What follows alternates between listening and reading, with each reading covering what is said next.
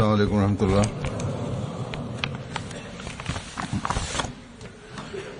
अशहदु अल्ला इलाहा इल्लल्लाह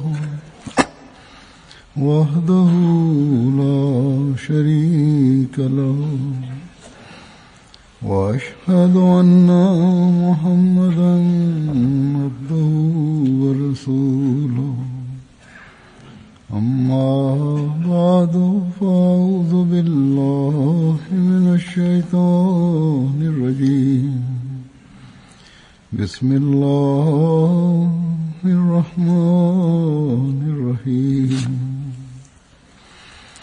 अल्हम्दुलिल्लाहि रब्बिल आलमीन अर्रहमानिर रहीम मालिकि यौमिद्दीन इय्याका नअबुदु व इय्याका नस्तईन इहदिनस सिरातल मुस्तक़ीम सिरातल लज़ीना अनअमता अलैहिम गैरिल मग़्दूबि अलैहिम वलद्दाल्लीन।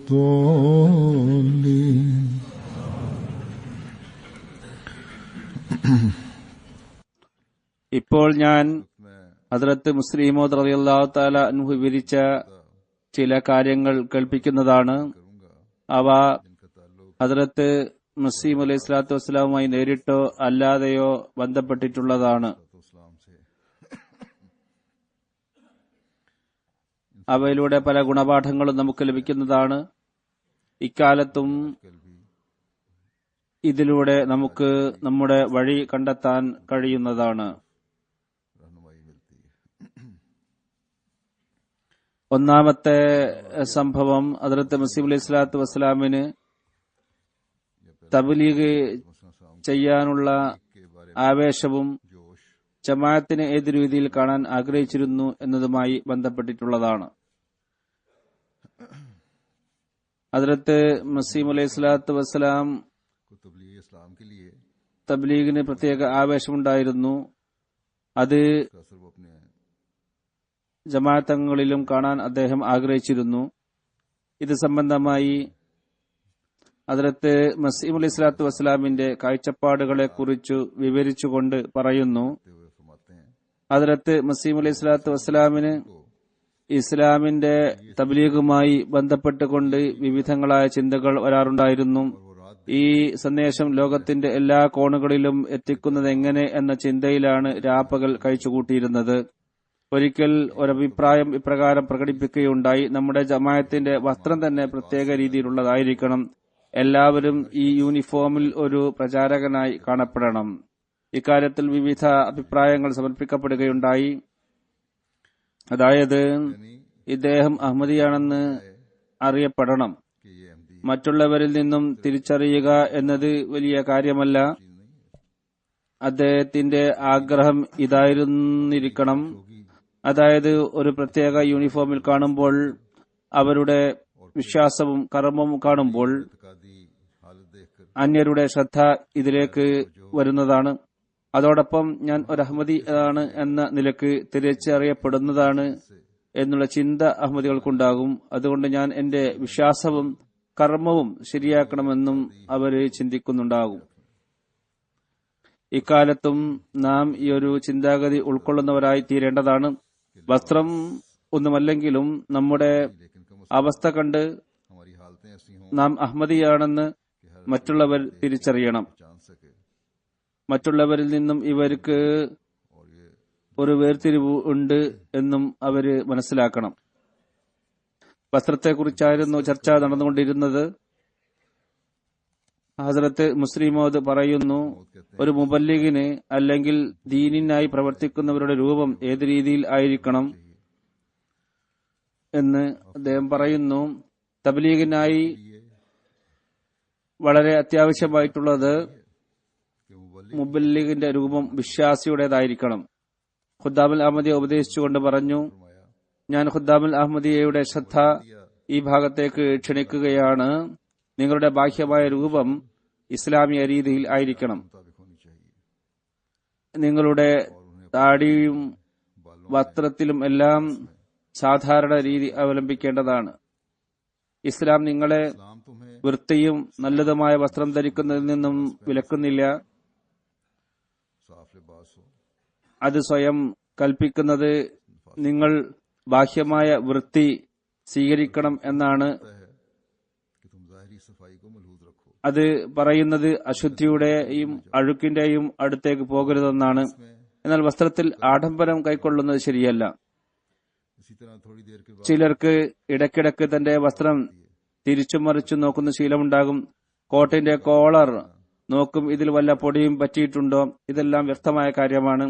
ഹദ്റത്ത് മസീഹ് അലൈഹി സ്വലാത്തു വസ്സലാമിന്റെ സവിധത്തിൽ ചിലർ വളരെ നല്ല നല്ല വസ്ത്രങ്ങൾ കൊണ്ടുവരാറുണ്ടായിരുന്നു. അത് അദ്ദേഹം ഉപയോഗിക്കുകയും ചെയ്തിരുന്നു. എന്നാൽ വസ്ത്രത്തിൽ മാത്രം ശ്രദ്ധ കേന്ദ്രീകരിച്ചിരുന്നില്ല. അതായത് അത് എപ്പോഴും തട്ടിയും കുടഞ്ഞും ഇരിക്കുക, എന്റെ വസ്ത്രത്തിൽ പൊടി പിടിച്ചിട്ടുണ്ടോ എന്ന് നോക്കിക്കൊണ്ടിരിക്കുക എന്നൊന്നും ചെയ്തിരുന്നില്ല. പറയുന്നു, വസ്ത്രത്തിൽ വന്ന പൊടി തട്ടുക എന്നത് തെറ്റല്ല. ഇതിൽ മാത്രം ശ്രദ്ധ കേന്ദ്രീകരിക്കുകയും തന്റെ സമയത്തിന്റെ വലിയൊരു ഭാഗം ഇതിനായി മാത്രം വിനിയോഗിക്കുകയും ചെയ്യുക എന്നുള്ളത് ഇഷ്ടപ്പെടുന്ന കാര്യമല്ല. ചിലർക്ക് വസ്ത്രത്തെക്കുറിച്ച് വലിയ കോംപ്ലക്സ് ഉള്ളവരായിരിക്കും. ചിലരെ തബ്ലീഗിനായി പോകാൻ പറഞ്ഞാൽ അവര് പറയാറുള്ളത് ഞങ്ങളുടെ പക്കൽ ഇന്ന കോട്ടില്ല, ഇന്ന വസ്ത്രമില്ല എന്നാണ്.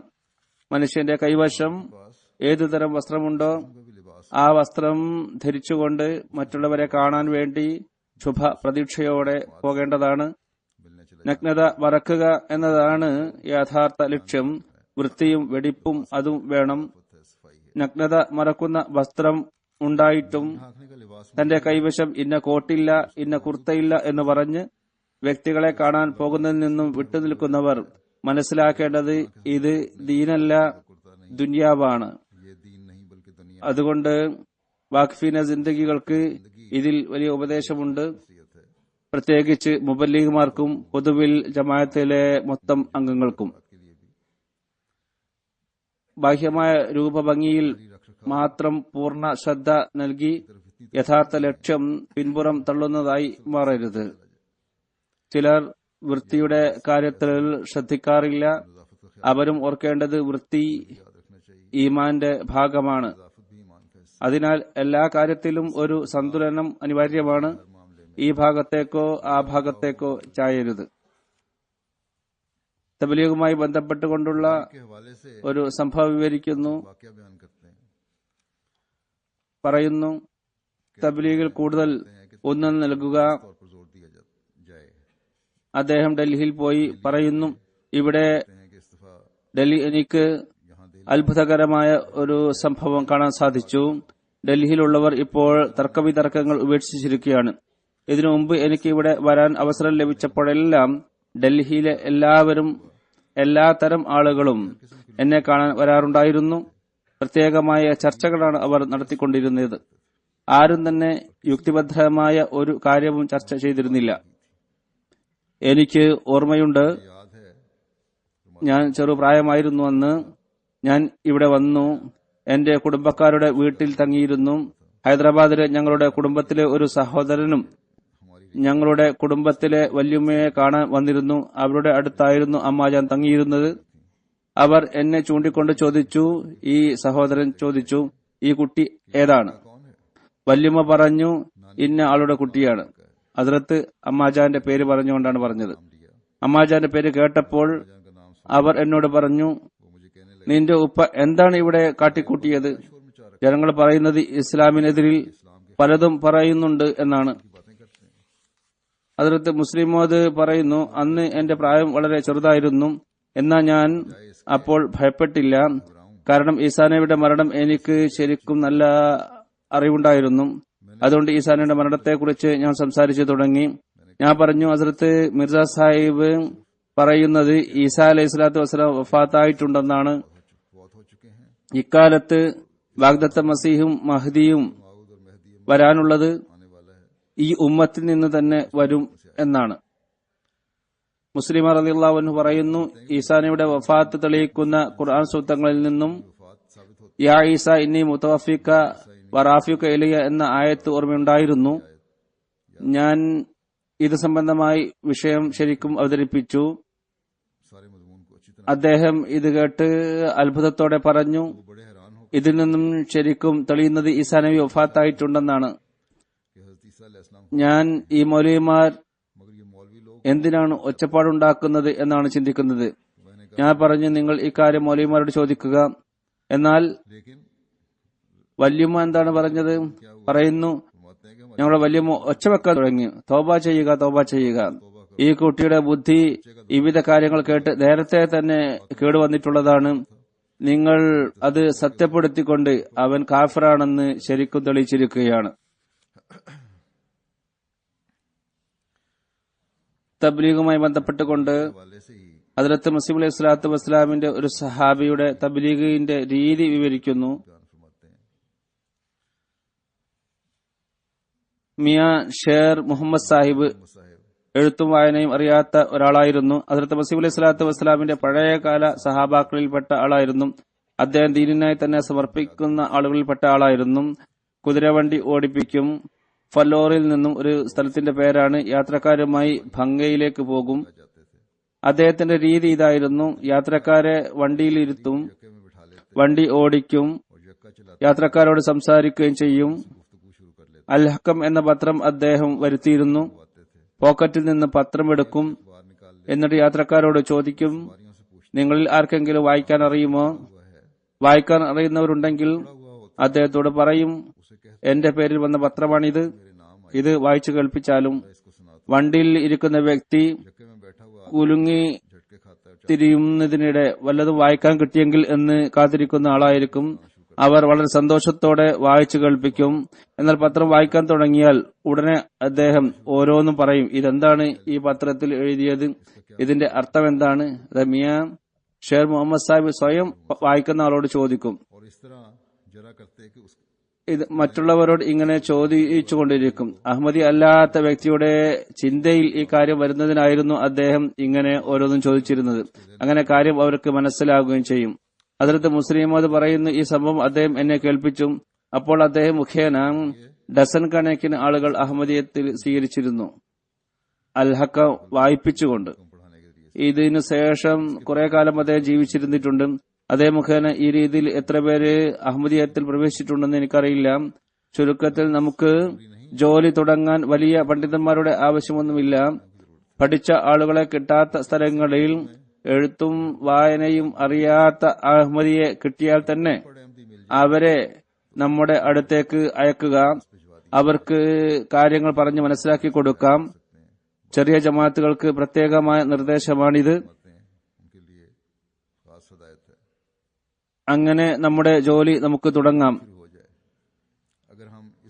പണ്ഡിതന്മാരെ കിട്ടിയാലേ പ്രവർത്തി തുടങ്ങാൻ പറ്റുകയുള്ളൂ എന്ന് കാത്തിരുന്നാൽ അത് നടക്കില്ല. ഇപ്പോഴും അള്ളാഹുവിന്റെ അനുഗ്രഹത്താൽ ജാമ്യയിൽ മുറബിമാർ കൂടുതലായി വന്നുകൊണ്ടിരിക്കുന്നുണ്ട്. എന്നാലും അടുത്ത കാലത്തേക്കൊന്നും നമ്മുടെ ആവശ്യങ്ങൾ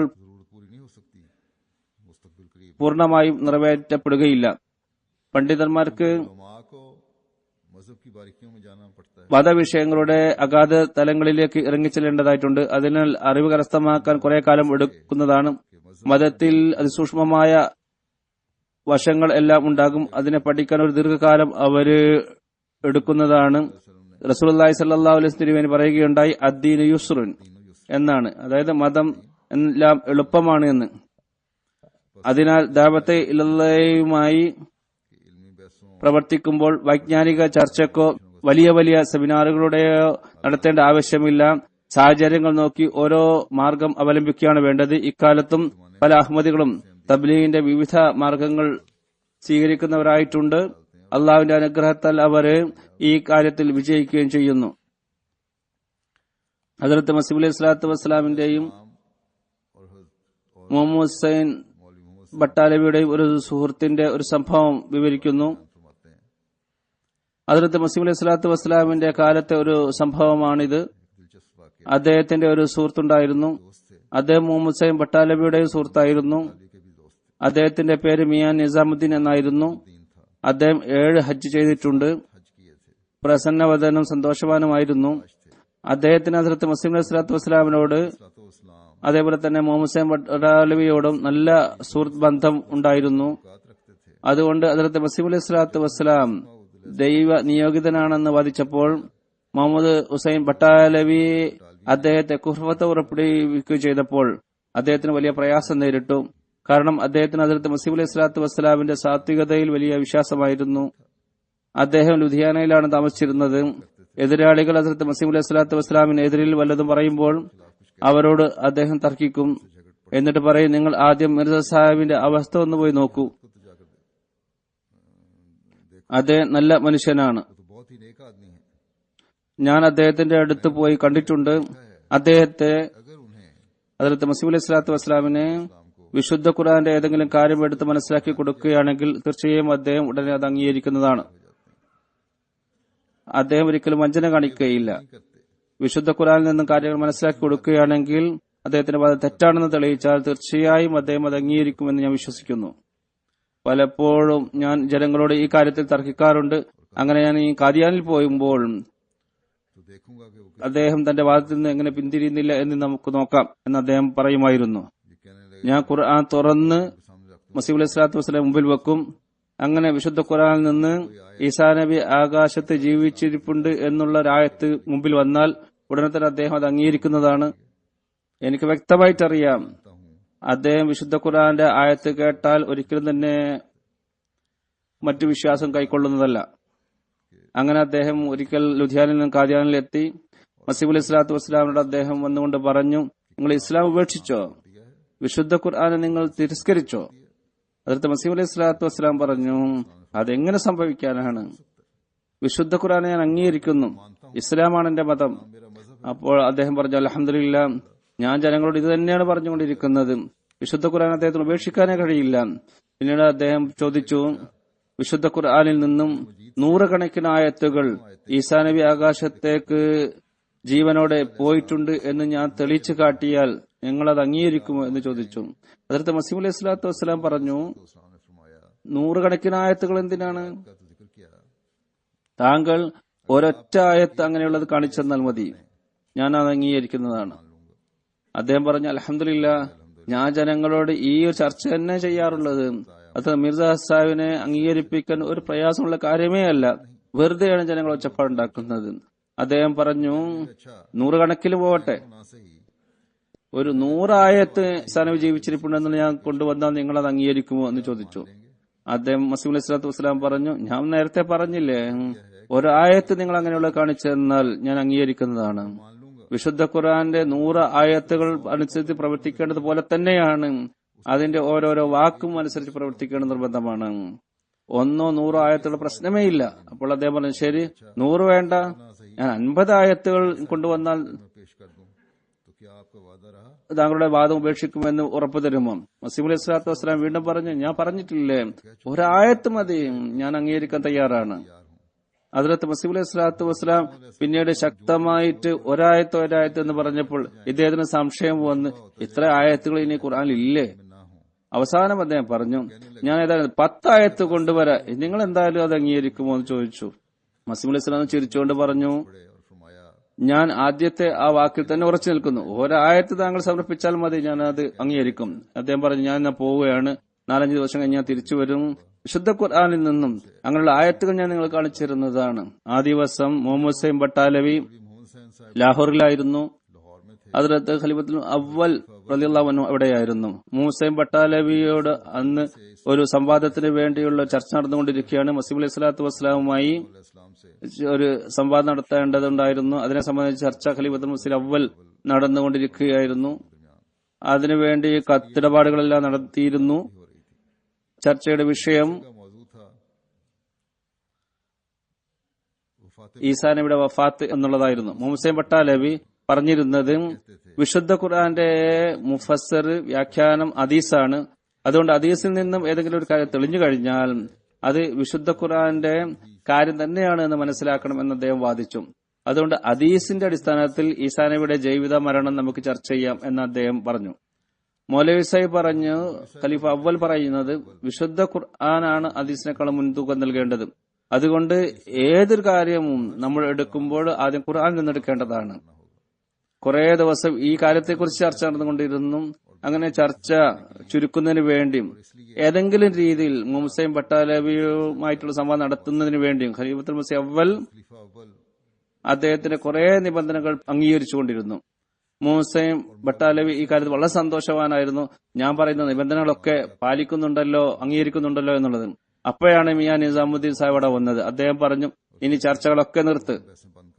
ഞാൻ മിർസ സാഹിബിനെ കണ്ടുവരികയാണ്. അദ്ദേഹം തൗബ ചെയ്താൽ തയ്യാറായിരിക്കുകയാണ്. ഞാൻ നിങ്ങളെയും സുഹൃത്താണ്, മിർസ സാഹിബിന്റെ സുഹൃത്താണ് ഞാൻ. അതുകൊണ്ട് ഈ നിങ്ങളുടെ ഈ അഭിപ്രായം എനിക്ക് വളരെ വിഷമമുണ്ടായി. എനിക്ക് അറിയാമായിരുന്നു മിർസ സാഹിബിൻ സൽപ്രകൃതക്കാരനാണ്. അതുകൊണ്ടാണ് ഞാൻ അദ്ദേഹത്തിന്റെ അടുത്ത് ആദ്യം പോയത്. എന്നിട്ട് അദ്ദേഹത്തോട് വാക്ക് വാങ്ങിയിട്ടാണ് വരുന്നത്. വിശുദ്ധ ഖുർആനിൽ 10 ആയത്തുകൾ ഈസാ നബി ആകാശത്തേക്ക് പോയിട്ടുണ്ട്, ജീവിതത്തിനോടെ പോയിട്ടുണ്ട് എന്ന് കാണിച്ചു കൊടുത്താൽ ഈസാ നബി ജീവിച്ചിരിപ്പുണ്ട് എന്നുള്ള അദ്ദേഹം അംഗീകരിക്കുന്നതാണ് എന്ന് അദ്ദേഹം വാക്ക് നൽകിയിട്ടുണ്ട്. ആ 10 ആയത്ത് താങ്കൾ എനിക്ക് നൽകിയാലും. മുഹമ്മദ് ബട്ടാലവി പെട്ടെന്ന് ചൂടാവുന്ന പ്രകൃതമായിരുന്നു, എടുത്തുചാട്ടക്കാരനായിരുന്നു. അദ്ദേഹം പറഞ്ഞു, ഭാഗ്യം കെട്ടവനെ, നീ എന്റെ എല്ലാ കാര്യവും തകർത്തു കളഞ്ഞല്ലോ. ഞാൻ 2 മാസമായി ചർച്ച ചെയ്തുകൊണ്ട് ഹദീസിലേക്ക് കൊണ്ടുവരികയായിരുന്നു, നീ വീണ്ടും അദ്ദേഹത്തെ ഖുർആനിലേക്ക് എന്നെ കൊണ്ടുപോയോ എന്ന്. മിയാ നിസാമുദ്ദീൻ സാഹിബ് പറഞ്ഞു, 10 ആയത്ത് നിങ്ങളുടെ കൂടെ ഇല്ലേ മൗലവി സാഹിബേ? അപ്പോൾ അദ്ദേഹം പറഞ്ഞു, ജാഹിലാണ് നീ, നിനക്ക് ഖുർആനെ കുറിച്ച് എന്തറിയാം?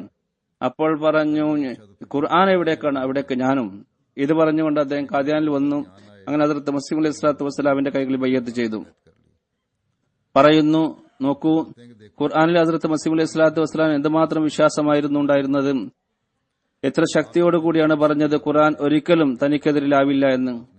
ഇതിന്റെ അർത്ഥം വിശുദ്ധ ഖുർആന് ഹദ്റത്ത് മസീഹ് അലൈഹി സ്വലാത്തു വസ്സലാമായി പ്രത്യേക ബന്ധമുണ്ടെന്നല്ല, ജമാഅത്ത് അഹ്മദിയയുമായി അതിന് പ്രത്യേക ബന്ധമുണ്ടെന്നല്ല. ഖുർആൻ സത്യത്തിന്റെ മാർഗം കാണിക്കുന്നു. സത്യത്തിൽ ആരാണോ നിലനിൽക്കുന്നത് അവരെ സഹായിക്കുന്നു. ഹദ്റത്ത് മസീഹ് അലൈഹി സ്വലാത്തു വസ്സലാമിന് ഉറപ്പുണ്ടായിരുന്നു താൻ സത്യത്തിലാണ് നിലനിൽക്കുന്നതെന്ന്. അതുകൊണ്ട് ഖുർആനും അദ്ദേഹത്തോടൊപ്പം ഉണ്ടായി. ഇത് കാരണമാണ് ഹദ്റത്ത് മസീഹ് അലൈഹി സ്വലാത്തു വസ്സലാം പറയാറുണ്ടായിരുന്നത്, എന്റെ ഏതെങ്കിലും വാദം ഖുർആന് യോജിച്ചതല്ലെങ്കിൽ ഞാൻ അതിനെ ചവറ്റു കൊട്ടയിൽ വലിച്ചെറിയുന്നതാണ്. ഇതിന്റെ അർത്ഥം ഹദ്റത്ത് മസീഹ് അലൈഹി സ്വലാത്തു വസ്സലാമിന് തന്റെ വാദത്തിൽ വല്ല സംശയം ഉണ്ടായിരുന്നു എന്നല്ല, മറിച്ച് ഇത് പറഞ്ഞതിന്റെ കാരണം ഇതായിരുന്നു, വിശുദ്ധ ഖുർആൻ എന്നെ സത്യപ്പെടുത്തുകയേ ഉള്ളൂ എന്ന് അദ്ദേഹത്തിന് അറിയാമായിരുന്നു. ഈ ഒരു പ്രതീക്ഷയാണ് അദ്ദേഹത്തെ ലോകത്ത് വിജയിപ്പിച്ചത്. അതുകൊണ്ട് ഓരോ അഹമ്മദിയും അടിയുറച്ച് വിശ്വസിക്കേണ്ടത് വിശുദ്ധ ഖുർആൻ ഹദ്റത്ത് മസീഹ് അലൈഹി സ്വലാത്തു വസ്സലാമിന്റെയും അഹമ്മദിയത്തിന്റെയും കൂടെയാണ്. വിശുദ്ധ ഖുർആന്റെ സഹായം കൊണ്ടാണ് ജമാഅത്തിൽ പരിശുദ്ധ ഹൃദയർ നിത്യവും പ്രവേശിച്ചു കൊണ്ടിരിക്കുന്നത്. അവരുടെ ഹൃദയം പ്രകാശപൂരിതമായിക്കൊണ്ട് ഇതിൽ അംഗങ്ങളായി ചേർന്നുകൊണ്ടിരിക്കുന്നത്. എതിർപ്പും ഹിദായത്തിന് കാരണമാകും എന്ന് വിവരിച്ചുകൊണ്ട് പറയുന്നു, എതിർപ്പുകൾ ശക്തി പ്രാപിക്കുമ്പോൾ ജമാഅത്തിനും പുരോഗതി ഉണ്ടായിക്കൊണ്ടിരിക്കുന്നു. എതിർപ്പുകൾ വർദ്ധിക്കുമ്പോൾ അള്ളാഹുവിന്റെ അത്ഭുതകരമായ സഹായങ്ങളും വർദ്ധിക്കുന്നു. അതുകൊണ്ടാണ് ഹദ്റത്ത് മസീഹ് അലൈഹി സ്വലാത്തു വസ്സലാമിന്റെ സവിധത്തിൽ ആരെങ്കിലും ഞങ്ങളുടെ അവിടെ എതിർപ്പുണ്ടെന്ന് പറയുമ്പോൾ അദ്ദേഹം പറയാറുള്ളത്, ഇത് നിങ്ങളുടെ പുരോഗതിക്കുള്ള അടയാളമാണെന്ന്. എതിർപ്പുകളുള്ള സ്ഥലത്ത് ജമാഅത്ത് മുന്നേറും. എതിർപ്പ് കാരണം അറിയാത്തവരും അറിയാൻ തുടങ്ങുന്നു. പതുക്കെ പതുക്കെ ജമാഅത്തിന്റെ പുസ്തകങ്ങൾ വായിക്കാനുള്ള താല്പര്യം അവരിൽ ഉണ്ടാകുന്നു. പുസ്തകങ്ങൾ വായിക്കുമ്പോൾ സത്യം അവരെ ആകർഷിക്കുന്നു. ഹദ്റത്ത് മസീഹ് അലൈഹി സ്വലാത്തു വസ്സലാമിന്റെ അടുത്തൊരിക്കൽ ഒരാൾ വന്നു. അദ്ദേഹം ബൈഅത്ത് ചെയ്തു. ബൈഅത്തിന് ശേഷം ഹദ്റത്ത് മസീഹ് അലൈഹി സ്വലാത്തു വസ്സലാം അദ്ദേഹത്തോട് ചോദിച്ചു, ആരാണ് താങ്കളെ തബ്ലീഗ് ചെയ്തത്? അദ്ദേഹം പറഞ്ഞു, മൗലവി സനാഉല്ലാ സാഹിബ് ആണ് തബ്ലീഗ് ചെയ്തത്. ഹദ്റത്ത് മസീഹ് അലൈഹി സ്വലാത്തു വസ്സലാം അത്ഭുതത്തോടുകൂടി ചോദിച്ചത് എങ്ങനെ? അപ്പോൾ അദ്ദേഹം പറഞ്ഞു, ഞാൻ മൗലവി സാഹിബിന്റെ പത്രവും പുസ്തകങ്ങളും വായിക്കാറുണ്ട്. എപ്പോഴും തന്നെ ഞാൻ അതിൽ കണ്ടിട്ടുള്ളത് അഹമ്മദിയ ജമാഅത്തിനെ ശക്തമായി എതിർക്കുന്ന കാര്യമാണ് വായിച്ചതുള്ളത്. ഒരിക്കലും എനിക്ക് ചിന്ത വന്നു, ഞാനും ഈ പ്രസ്ഥാനത്തിന്റെ പുസ്തകം നേരിട്ട് വായിച്ചു നോക്കിയാലോ അതിലെന്താണ് എഴുതിയത് എന്ന് എനിക്ക് കാണാൻ സാധിക്കുമല്ലോ. അങ്ങനെ ഞാൻ ആ പുസ്തകങ്ങൾ വായിക്കാൻ തുടങ്ങി. അപ്പോൾ എന്റെ ഹൃദയം തുറന്നു. അങ്ങനെ ഞാൻ ബയ്യത്തിന് വേണ്ടി തയ്യാറായി. ഇപ്പൊ എതിർപ്പിന്റെ ഒന്നാമത്തെ ഗുണം ഇതാണ്, ദൈവിക പ്രസ്ഥാനങ്ങൾക്ക് ഇത് മുഖേന പുരോഗതി കൈവരുന്നു, പലർക്കും ഹിദായത്ത് ലഭിക്കുന്നു. ഇന്നും എതിരാളികളുടെ എതിർപ്പ് ജനങ്ങളുടെ ഹൃദയം തുറക്കുന്നതിന് കാരണമാകുന്നു. പല മുബല്ലിഗുമാരുടെയും റിപ്പോർട്ടിൽ നിന്ന് മനസ്സിലാകുന്നു, പലരും നേരിട്ട് കത്തയക്കുകയും ചെയ്യുന്നു എങ്ങനെയാണ് അവർക്ക് ജമാഅത്തിനെ അറിയാൻ കഴിഞ്ഞത് എന്ന്.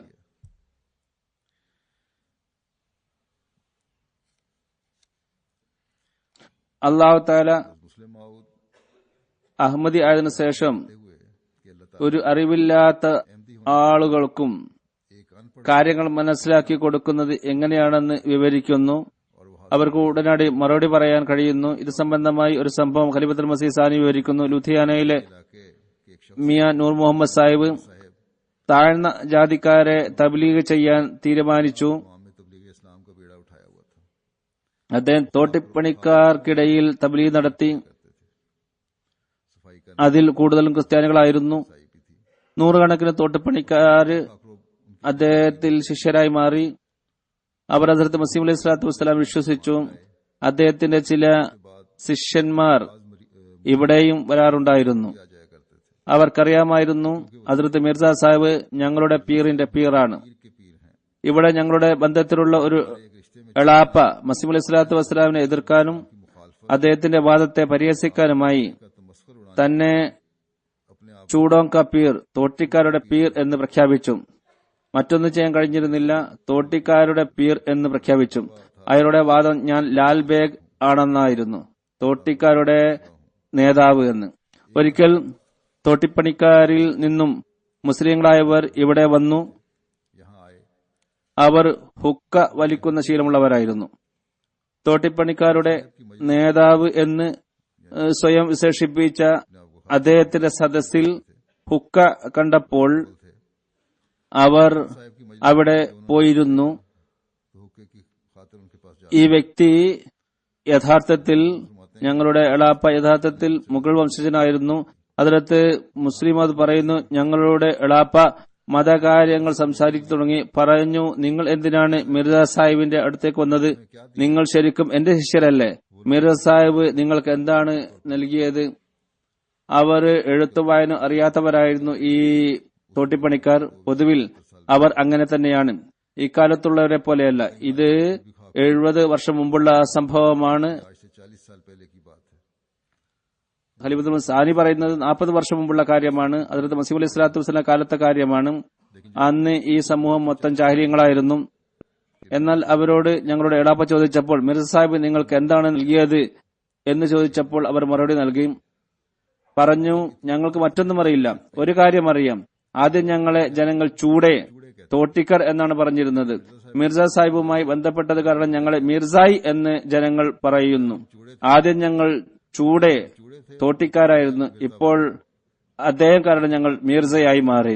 എന്നാൽ താങ്കൾ ആദ്യം മിർസയായിരുന്നു. മിർസ സാഹിബിന്റെ എതിർപ്പ് കാരണം താങ്കൾ ചൂടെ, തോട്ടിക്കാരനായി മാറി. അതിർത്ത് മുസ്ലിം മോദ് പറയുന്നു, ഇത് ബാഹ്യമായി നോക്കിയാൽ ഒരു തമാശയാണ്. എന്നാൽ ഇതിൽ മഅരിഫത്തിന്റെ തത്വം അടങ്ങിയിട്ടുണ്ട്. ഈ അക്ഷരാഭ്യാസമില്ലാത്തവർ അവരുടെ നാവുകൊണ്ട് അവതരിപ്പിച്ച ആശയം അല്ലാഹു തആല പ്രവാചകന്മാരുടെ എതിരാളികളെ നശിപ്പിക്കുന്നു, വിശ്വാസികൾക്ക് വിജയം നൽകുകയും ചെയ്യുന്നു എന്നാണ്. സത്യം ഇതാണ്. അഹമ്മദിയായ ഉടൻ മനുഷ്യന്റെ ബുദ്ധി മതകാര്യങ്ങളിൽ വളരെ കൂടുതൽ വികസിക്കുന്നു. അവർ പണ്ഡിതന്മാരെ പോലും കവച്ചുവെക്കുന്നു. എന്നാൽ ഇതെല്ലാം തന്നെ നമ്മൾ ഒഴിവാക്കിയാൽ തന്നെയും തന്റെ സമുദായത്തിൽപ്പെട്ട ആരും അഹമ്മദീയത്തിൽ പ്രവേശിച്ചിട്ടില്ല എന്ന് ആർക്കാണ് പറയാൻ സാധിക്കുക? ഓരോ അഹമ്മദിയും തന്റെ ബുദ്ധിയിലും കഴിവിലും തന്റെ ജാതിയിൽപ്പെട്ട ഹിന്ദുക്കളെക്കാളും ക്രിസ്ത്യാനികളെക്കാളും ഈ സിഖ് മതക്കാരെക്കാളും അനഹമ്മദികളെക്കാളും മികച്ചു നിൽക്കുന്നവരായിരിക്കും മതകാര്യങ്ങളിൽ.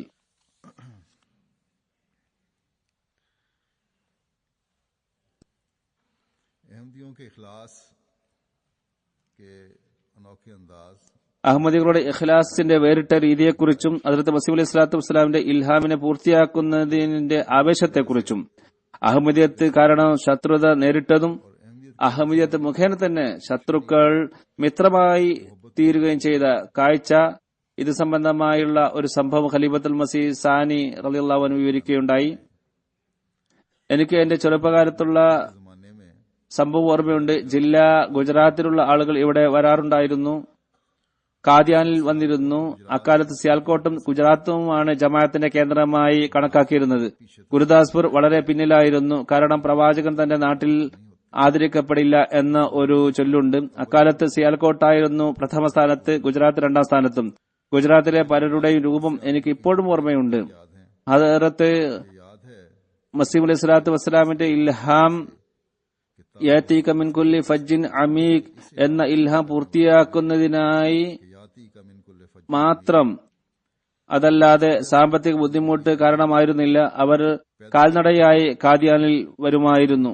അത് ഇൽഹാം പൂർത്തിയാക്കുന്നതിന് വേണ്ടി മാത്രമാണ് കാൽനടയായിട്ട് അവർ വന്നിരുന്നത്, അതല്ലാതെ സാമ്പത്തിക ബുദ്ധിമുട്ട് കാരണമായിരുന്നില്ല. അതിൽ മുഖ്ലിസീങ്ങളായ പലരും ഉണ്ടായിരുന്നു. അവർ ഹദ്റത്ത് മസീഹ് അലൈഹി സ്വലാത്തു വസ്സലാമിന്റെ സാമീപ്യം സിദ്ധിച്ചവരായിരുന്നു. ജില്ല ഗുജറാത്തിലെ ആളുകളുടെ ഒരു സംഭവമാണ് ഞാൻ കേൾപ്പിക്കുന്നത്. ഹദ്റത്ത് ഹാഫിസ് റോഷൻ അലി സാഹിബ് മർഹൂം കേൾപ്പിച്ചതായിരുന്നു. ഇത് ഞാനും മുമ്പും കേൾപ്പിച്ചിട്ടുള്ളതാണ്. ജൽസ സാലാന ദിവസത്തിൽ ഒരു സംഘം ഒരു ഭാഗത്തിൽ നടന്നു വരികയാണ്, മറ്റൊരു സംഘം മറ്റൊരു വശത്തുകൂടെയും നടന്നു വരുന്നു. ഹാഫിസ് സാഹിബ് പറയുന്നു, രണ്ട് സംഘങ്ങളും പരസ്പരം കണ്ടുമുട്ടിയപ്പോൾ കരയാൻ തുടങ്ങി. അത് ഞാൻ എന്റെ നേരിൽ കണ്ട കാഴ്ചയാണ്. ഞാൻ ചോദിച്ചു, നിങ്ങൾ കരയുന്നത് എന്തിനാണ്? അവർ പറഞ്ഞു, ഞങ്ങളിൽ ഒരു വിഭാഗം നേരത്തെ വിശ്വസിച്ചവരാണ്. വന്ന രണ്ട് വിഭാഗക്കാരിൽ ഒരു സംഘം നേരത്തെ വിശ്വസിച്ചവരാണ്. അവരെ മറുഭാഗത്തുള്ളവർ വളരെയധികം വേദനിപ്പിച്ചിരുന്നു. ആ പ്രദേശത്തിന് ഉള്ളവരാണ് ഇവരും. അവരെ വളരെയധികം ബുദ്ധിമുട്ടിപ്പിച്ചിരുന്നു. അങ്ങനെ അവസാനം അവർക്ക് നാടുവിടേണ്ടതായി വന്നു. അവർ എവിടെ പോയെന്ന് ഞങ്ങൾക്കറിയില്ലായിരുന്നു. കുറച്ചു കാലത്തിന് ശേഷം അള്ളാഹു അഹമ്മദിയത്തിന്റെ പ്രകാശം ഞങ്ങളിലും പരത്തി. അഹമ്മദികളെ വീട്ടിൽ നിന്നും പുറത്താക്കിയ ഞങ്ങൾ അഹമ്മദികളായി മാറി. എതിരാളികളും അഹമ്മദികളായി മാറി. ആദ്യത്തെ ആളുകളെ പുറത്താക്കി അവർ വീണ്ടും അഹമ്മദികളായി. ഞങ്ങൾ ഇവിടെ എത്തിയപ്പോൾ അള്ളാഹുവിന്റെ ഹിക്മത്തിന്റെ അടിസ്ഥാനത്തിൽ ഞങ്ങൾ വീട്ടിൽ നിന്നും പുറത്താക്കിയ ഞങ്ങളുടെ സഹോദരങ്ങൾ മറുഭാഗത്ത് നിന്നും വരുന്നതായി കണ്ടു. അവർ വരുന്നത് കണ്ടപ്പോൾ ഞങ്ങളുടെ ഹൃദയം ഈ വികാരം കൊണ്ട് നിറഞ്ഞു. ഇവർ ഞങ്ങളെ ഹിദായത്തിലേക്കായിരുന്നല്ലോ ക്ഷണിച്ചിരുന്നത്. ഞങ്ങൾ അവരോട് ശത്രുതയോടുകൂടിയാണ് പെരുമാറിയിരുന്നത്. ഏതുവരെ എന്നാൽ അവരെ വീട്ടിൽ നിന്നും ഞങ്ങൾ പുറത്താക്കി. അള്ളാഹു ഇന്ന് തന്റെ ഫضل കൊണ്ട് ഞങ്ങളെ ഒരുമിപ്പിക്കുകയുണ്ടായി. അതുകൊണ്ടാണ് ഞങ്ങൾ വികാരഭരിതരായത്, അങ്ങനെ കരഞ്ഞുപോയത്. അഹമ്മദിയത്തിന്റെ ബറക്കത്താണ് വേർപിരിഞ്ഞവരെ അത് ചെറുക്കുന്നു. ഷെയ്ത്താൻ ആരുടെ ഇടയിലാണോ വിടവുണ്ടാക്കുന്നത്, അള്ളാഹുവിന്റെ ഫضലിനാൽ അഹമ്മദിയത്ത് അവരെ ഒന്നാക്കുന്നു. ഈ വിധ കാഴ്ച ഇനിയും ഉണ്ടാകും ഇൻഷാ അല്ലാഹു തആല. മൗലവിമാർ പൊതുവിൽ ജനങ്ങൾക്ക് നൽകിയ ഒരു വിശ്വാസം ഇതാണ്: മസീഹ് കൈകൊണ്ട് പക്ഷികളെ സൃഷ്ടിക്കും, അവയ്ക്ക് ജീവൻ നൽകും, പക്ഷികളായി മാറി പറക്കും. ഇത് വിശുദ്ധ ഖുർആനെ മനസ്സിലാക്കാത്ത കാരണത്താലാണ് അവർ ഇങ്ങനെ പറയുന്നത്. അതിന്റെ അർത്ഥം ഇത്രമാത്രമാണ്: ആത്മീയ കഴിവുള്ളവരെ ശിക്ഷണം നൽകി അവരെ അള്ളാഹുവിലേക്ക് ആത്മീയമായി പറയുന്നവരാക്കി അതിനുള്ള പ്രാപ്തരാക്കി മാറ്റിയിരുന്നു എന്നാണ് ഇതിന്റെ അർത്ഥം. ഏതായിരുന്നാലും ഇങ്ങനെയുള്ള കാഴ്ചപ്പാടുള്ള ഒരു പണ്ഡിതനുമായി ഹദ്റത്ത് മസീഹ് അലൈഹി സ്വലാത്തു വസ്സലാം സംസാരിക്കുകയുണ്ടായി. എഴുതുന്നു, ഒരിക്കൽ ഹദ്റത്ത് മസീഹ് അലൈഹി സ്വലാത്തു വസ്സലാം ഒരു മൗലവിയോട് ചോദിച്ചു, താങ്കൾ പറയുന്നുണ്ടല്ലോ മസീഹ് പക്ഷികളെ സൃഷ്ടിച്ചിരുന്നു എന്നുള്ളതും. ഇന്ന് ലോകത്ത് നമ്മൾ കാണുന്ന പക്ഷികൾ കുറച്ച് അള്ളാഹു സൃഷ്ടിച്ചതുണ്ടാകും, കുറച്ച് മസീഹ് സൃഷ്ടിച്ചതുണ്ടാകും. ഇതിൽ അള്ളാഹു സൃഷ്ടിച്ചത് ഏതാണ്, മസീഹ് സൃഷ്ടിച്ചത് ഏതാണ് എന്ന് തിരിച്ചറിയാൻ നമുക്ക് കഴിയുമോ? അപ്പോൾ ആ മൗലവി പഞ്ചാബിൽ പറഞ്ഞു, पंजाबी में ഏത്തെ മുഷ്കിൽ ഹേ कहते हैं मुश्किल ദോനോ റൽമിൽ ഗയനെ. दोनों रल मिल गए हैं। ഇനി ഇത് പ്രയാസമാണ്. ये काम അള്ളാഹു സൃഷ്ടിച്ചതും മസൃഷ്ടിച്ചതും രണ്ടും കൂടിക്കലർന്നു പോയി. ये परिंदे आपस में मिलजुल ഇവ തിരിച്ചറിയാൻ പ്രയാസമാണ്. में इम्तियाज मुश्किल है।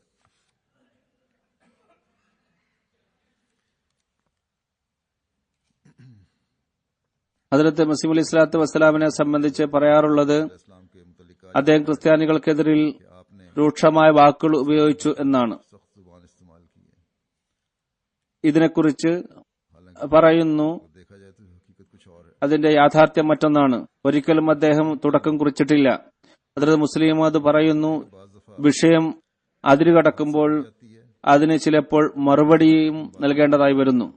ക്രിസ്ത്യാനികൾ എപ്പോഴും ईसाई हमेशा തിരുനബി സല്ലല്ലാഹു അലൈഹി വസല്ലമയെ ആക്രമിച്ചുകൊണ്ടിരുന്നു. हमले किया മുസ്ലിങ്ങൾ അവരുടെ ആക്രമണത്തിന് മറുപടി നൽകാറുണ്ടായിരുന്നില്ല. नहीं दिया करते थे, അതുകൊണ്ട് ക്രിസ്ത്യാനികൾ മനസ്സിലാക്കിയിരുന്നത് समझते थे ഇസ്ലാം മത സ്ഥാപകനിൽ ന്യൂനത മാത്രമേ ഉള്ളൂ എന്നാണ്.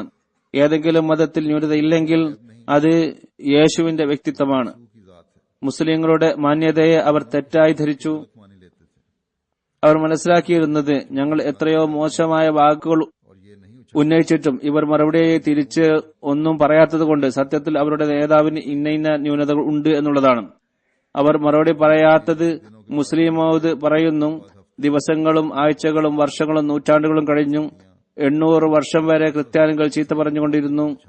മുസ്ലിങ്ങൾ അവരോട് വിട്ടുവീഴ്ച ചെയ്തുകൊണ്ടിരുന്നു. वसल्लम की जात पे और मुसलमान उन्हें माफ അവസാനം അള്ളാഹു ഹദ്റത്ത് മസീഹ് അലൈഹി സ്വലാത്തു വസ്സലാമിന് അനുവാദം നൽകി, अल्लाह ने इजाजत ഇത് നീയും ഒരു കൈ കാണിക്കുക, तुम भी हाथ दिखाओ അവരോട് പറയുക, और उन्हें बताओ നിങ്ങളിൽ कि हमें तो ന്യൂനത കാണുന്നില്ലേ എന്ന്. नजर आता है या नहीं। ഹദ്റത്ത് മസീഹ് അലൈഹി സ്വലാത്തു വസ്സലാം सलाम യേശുവിനെ സംബന്ധിച്ച് को मुखातब करते യഹൂദികൾ അദ്ദേഹത്തെക്കുറിച്ച് പറയുന്നത് എഴുതി, जो यहूदी അതല്ലെങ്കിൽ कहा करते ക്രിസ്ത്യാനികളുടെ ഗ്രന്ഥങ്ങളിൽ എഴുതപ്പെട്ടത് എടുത്ത് എഴുതി. ഇങ്ങനെ 3-4 ഗ്രന്ഥങ്ങൾ മാത്രമേ മസീഹ് അലൈഹി സ്വലാത്തു വസ്സലാം എഴുതിയിട്ടുണ്ടായിരുന്നുള്ളൂ. ക്രിസ്ത്യാനികൾ ലോകത്ത് ഒച്ചപ്പാടുണ്ടാക്കാൻ തുടങ്ങി, ഈ രീതി ശരിയല്ല എന്ന്. ഹദ്റത്ത് മസീഹ് അലൈഹി സ്വലാത്തു വസ്സലാം പറഞ്ഞു, ഞങ്ങൾ നേരത്തെ പറഞ്ഞതായിരുന്നില്ല ഇത്, നിങ്ങളുടെ ഈ രീതി ശരിയല്ല എന്ന്. എന്നാൽ നിങ്ങൾ हमारी बात ഞങ്ങളുടെ കാര്യങ്ങൾ മനസ്സിലാക്കിയിരുന്നില്ല.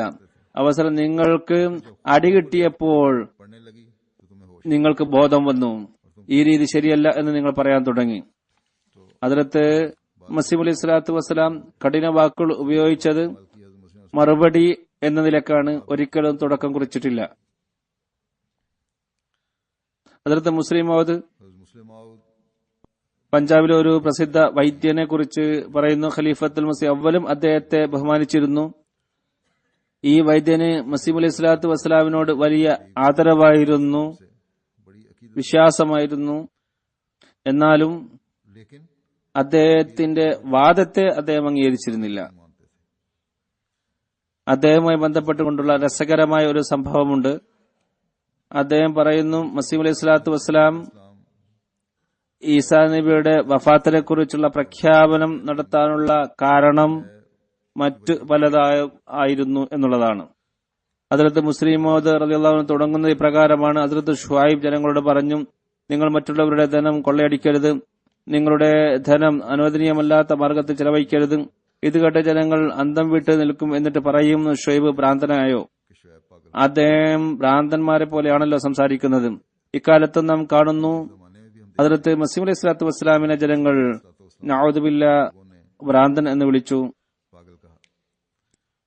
जब आपने वफात मसीह का मसला ഈസായുടെ വഫാത്തിന്റെ വിഷയം അദ്ദേഹം അവതരിപ്പിച്ചപ്പോൾ समझ ही ना सके, മുസ്ലിങ്ങൾക്ക് മനസ്സിലാകാത്തൊരു കാര്യം, 1300 വർഷമായി പണ്ഡിതന്മാർ എല്ലാം ഈസാ നബി ആകാശത്ത് ജീവിച്ചിരിപ്പുണ്ടെന്ന് വിശ്വസിച്ചു വന്നതിനാൽ हम आसमान पर जिंदा हैं, എങ്ങനെ അദ്ദേഹം മരിച്ചു? किस तरह हो गए? അവർക്ക് ഈ കാര്യത്തിൽ എത്രയും ദൃഢവിശ്വാസമായിരുന്നു. वसूख था ഈ ദൃഢവിശ്വാസത്തെ കാണിക്കുന്നതിന് വേണ്ടി ഹക്കീം സാഹിബിന്റെ അല്ലെങ്കിൽ ആ വൈദ്യന്റെ സംഭവം ഖലീഫത്തുൽ മസീഹ് സാനി വിവരിക്കുന്നു. कितना यकीन और वसूख എത്രമാത്രം അവർക്ക് ദൃഢവിശ്വാസം ഉണ്ടായിരുന്നു ഈസാ നബി ആകാശ് ജീവിച്ചിരിപ്പുണ്ട് എന്നുള്ളതിൽ. पा गए हों।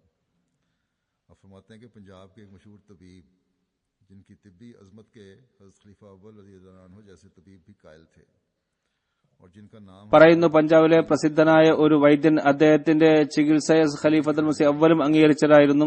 ഹക്കീം അലാദ്ദീൻ എന്നാണ് അദ്ദേഹത്തിന്റെ പേര്. ഭേര നിവാസിയായിരുന്നു.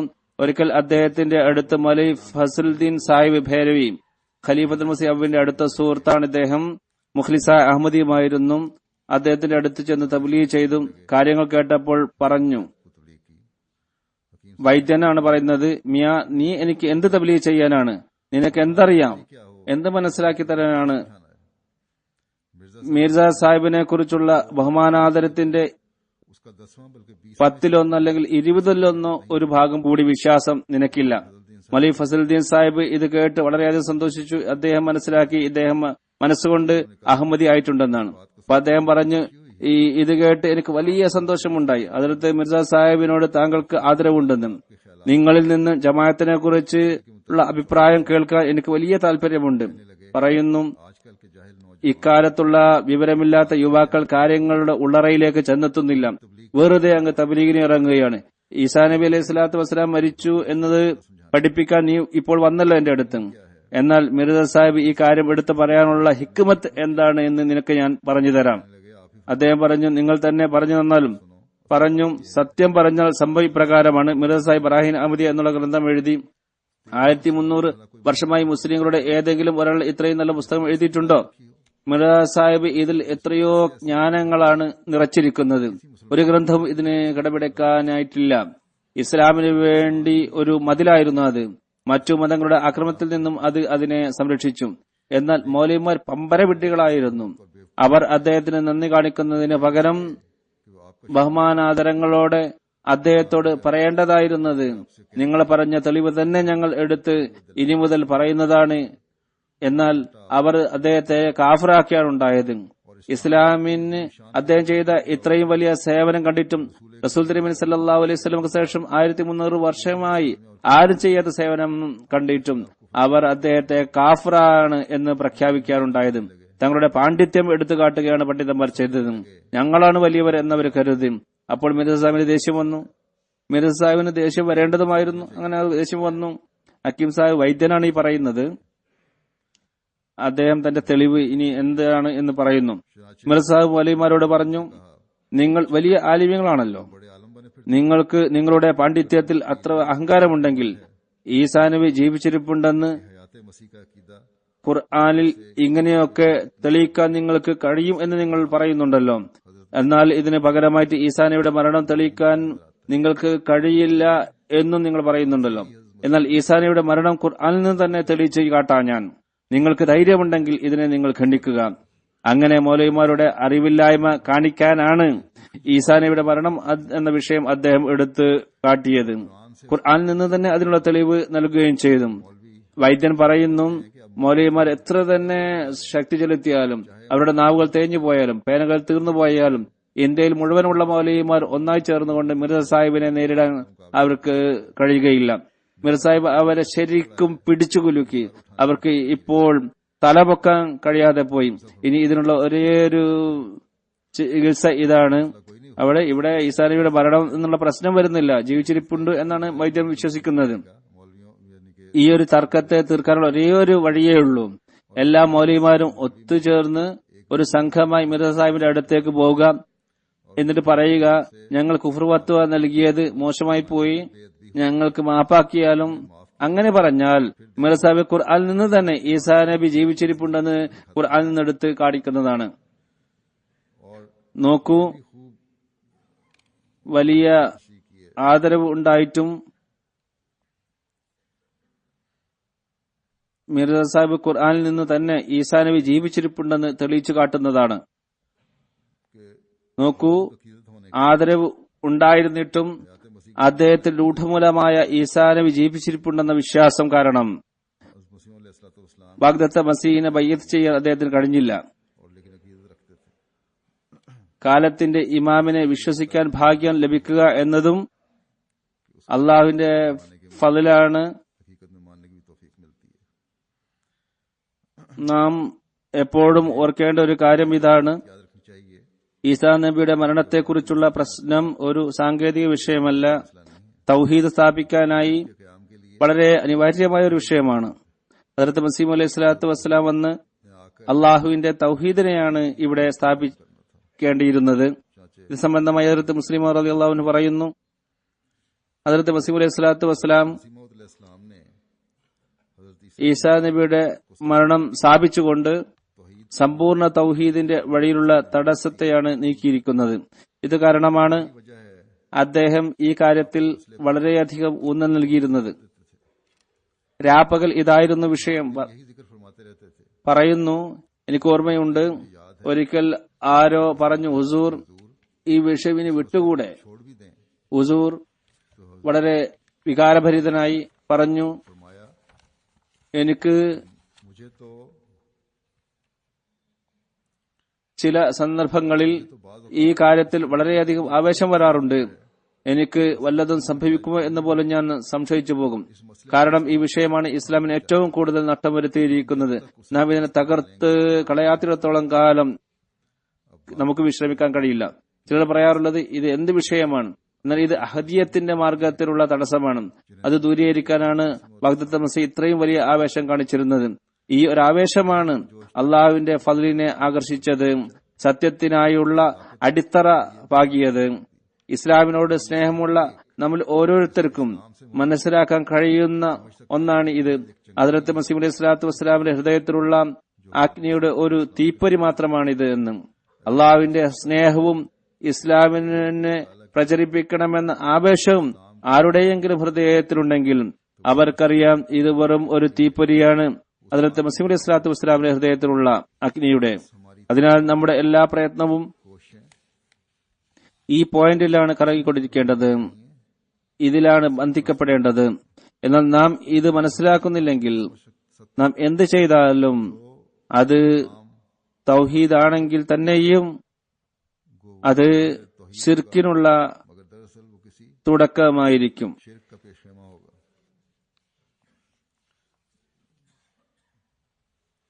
തൗഹീദാണെങ്കിൽ തന്നെയും അത് ഷിർക്കിന്റെ തുടക്കമായിരിക്കും. ഇതിനെ വിശദീകരിച്ചുകൊണ്ടൊരു സംഭവം വിവരിക്കുകയാണ്. മുസ്ലിം റളിയല്ലാഹു അൻഹു, ഹദ്റത്ത് മസീഹ് അലൈഹി സ്വലാത്തു വസ്സലാമിന്റെ കാലത്ത് ഒരാൾ ഇവിടെ പഠിക്കുന്നുണ്ടായിരുന്നു. അദ്ദേഹം നിത്യവും ചർച്ച ചെയ്തിരുന്നത് തിരുനബി സല്ലല്ലാഹു അലൈഹി വസല്ലം ആലിമുൽ ഗൈബായിരുന്നു എന്നാണ്. അയാളുടെ തലയിൽ റോമി തൊപ്പിയുണ്ടായിരുന്നു. ഒരാൾ അദ്ദേഹത്തെ വിളിച്ചു ഒരിക്കൽ, എന്നിട്ട് ചോദിച്ചു, തിരുനബി സല്ലല്ലാഹു അലൈഹി വസല്ലംക്ക് ഇന്നതിനെ കുറിച്ചും അറിവുണ്ടെന്ന് താങ്കൾ കരുതുന്നുണ്ടോ? ആ വ്യക്തി ഒരു ലജ്ജയും ഇല്ലാതെ പറഞ്ഞു, തീർച്ചയായും തിരുനബിക്കും അറിവുണ്ടായിരുന്നു. മുസ്ലിം അത് പറയുന്നു, ജനങ്ങൾ വഹദാനിയത്ത് വരെ പോകുന്നു, അഹദിയത്ത് വരെ എത്തുന്നില്ല. വഹദാനിയത്തും അഹദിയത്തും എന്താണ് എന്ന് നമ്മൾ മനസ്സിലാക്കേണ്ടിയിരിക്കുന്നു. വഹദാനിയത്ത് വരെ എത്തുന്നു, അഹദിയത്ത് വരെ എത്തുന്നില്ല. അതിൽ എത്തിയാലാണ് മനുഷ്യനും ഒരു പരിധിവരെ സൃഷ്ടികർത്താവാണെന്ന് മനസ്സിലാക്കുന്നത്, റാസിഖാണെന്ന് മനസ്സിലാക്കുന്നത്. എന്നാലും അള്ളാഹു വേറെയും സൃഷ്ടി വേറെയും. അസ്തിത്വം ഒരിക്കലും യോജിക്കുകയില്ല. വാഹിദ് അഹദ് എന്നതിന്റെ ഭാഷാപരമായ വിശദീകരണം നൽകുന്നു. മനസ്സിലാക്കാൻ എളുപ്പമാകുന്നതിന് വേണ്ടി അള്ളാഹു വാഹിദാണ്, അതേപോലെ തന്നെ അഹദുമാണ്. വഹദിയാനിയത്ത് എന്ന് പറഞ്ഞാൽ ഗുണത്തിൽ ഒന്ന്, ഏകൻ. അള്ളാഹുവിന്റെ സിഫത്തിന്റെ പ്രതീകമായി ഒരു പരിധി വരെ മനുഷ്യനും ആകാവുന്നതാണ്. അതിന്റെ ഏറ്റവും ഉന്നതമായ ഉദാഹരണം ഏതെങ്കിലും വ്യക്തിത്വത്തിൽ അത് നമുക്ക് കാണാൻ സാധിക്കുമെങ്കിൽ അത് തിരുനബി സല്ലല്ലാഹു അലൈഹി വസല്ലമയുടെ വ്യക്തിത്വമാണ്. എന്നാൽ സിഫത്തിൽ സമ്പൂർണത അള്ളാഹുവിന്റെ അസ്തിത്വം ഒന്ന് മാത്രമാണ്. അഹദ് എന്നാൽ അള്ളാഹു ഏകൻ എന്നതാണ്. അഹദിന് പകരമായി മറ്റൊന്നും തന്നെ മനസ്സിൽ വരികയില്ല.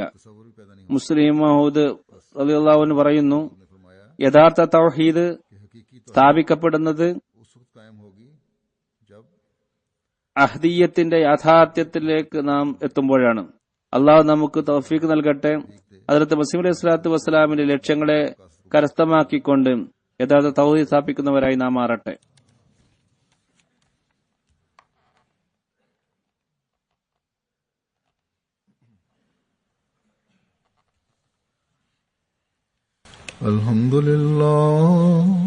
അൽഹംദുലില്ലാഹി നഹ്മദുഹു വനസ്തഈനുഹു വനസ്തഗ്ഫിറുഹു വനുഅ്മിനു ബിഹി ونؤمن به ونتوكل عليه ونعوذ بالله من شرور أنفسنا ومن سيئات أعمالنا من يهده الله فلا مضل له ومن يضلل فلا هادي له ونشهد أن لا إله إلا الله ونشهد أن محمدا عبده ورسوله عباد الله رحمكم الله إن الله يأمر بالعدل والإحسان وإيتاء ذي القربى وينهى عن الفحشاء والمنكر والبغي يعظكم لعلكم تذكرون اذكروا الله يذكركم وادعوه يستجب لكم ولذكر الله أكبر